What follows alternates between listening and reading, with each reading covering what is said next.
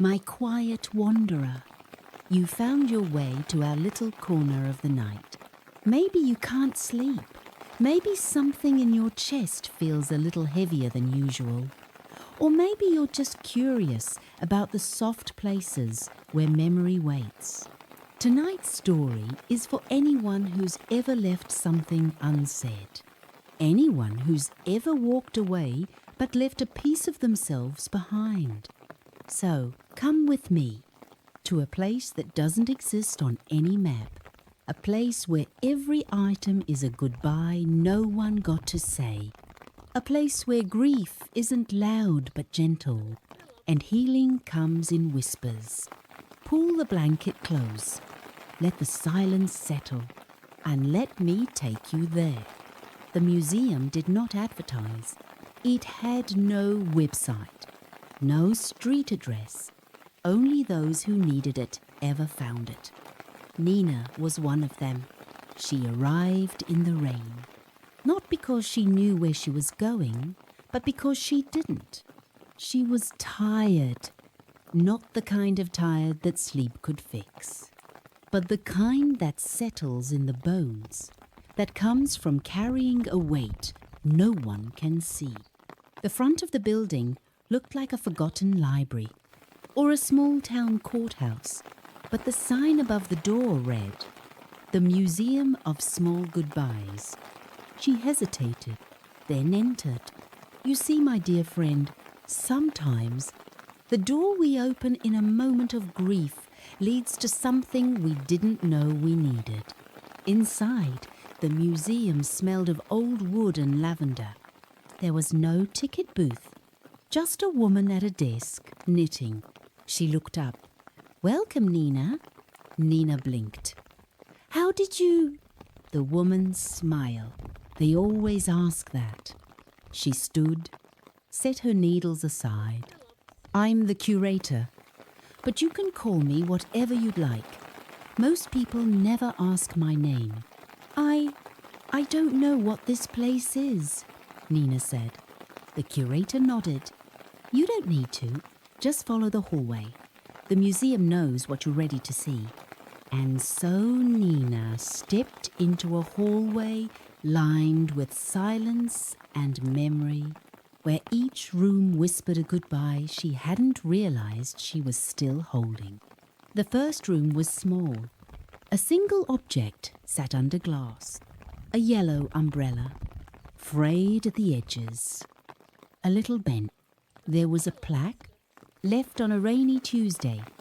She said it wasn't worth going back for, but he stood in that storm for an hour, just in case. Nina stared. She didn't know the people behind the umbrella, but her chest ached anyway, because she remembered the time she'd left someone waiting, and the words she'd swallowed, thinking they didn't matter. My dear friend, every object in the museum was like that. A stranger's memory that somehow felt like her own. In another room, a folded sweater rested on a velvet pillow. The sign read, "Worn every Sunday." After he died, she kept it by the door. Just in case. Nina sat on the nearby bench. Her throat tightened. She thought of her father's coat, still hanging by the door.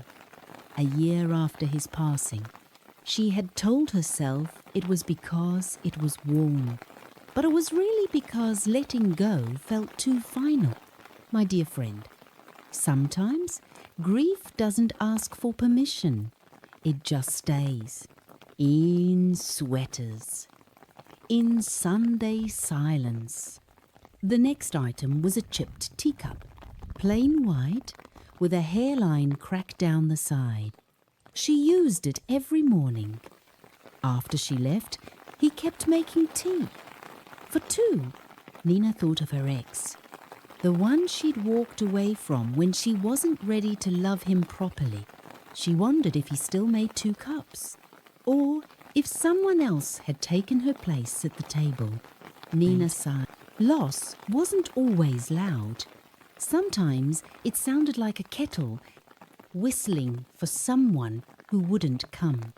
On a pedestal, was a sealed envelope, unaddressed, never mailed, written but never sent. A love letter that arrived too late. Nina reached for it instinctively. The curator appeared. Some things aren't meant to be opened, just acknowledged. Nina nodded. She remembered the email she never sent. The apology drafted but deleted. Words left unsaid are their own kind of echo, and this museum was full of echoes. At the end of the hallway, there was a wooden table. On it sat a single guest book. The curator waited nearby. "Everyone leaves something behind here," she said. Nina opened the book. Pages of stories. Some a single sentence. Some entire paragraphs.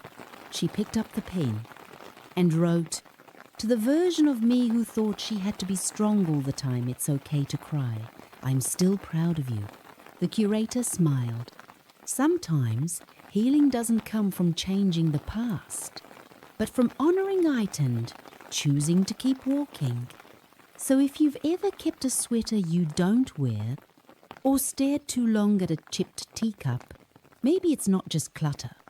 Maybe it's your own museum of small goodbyes.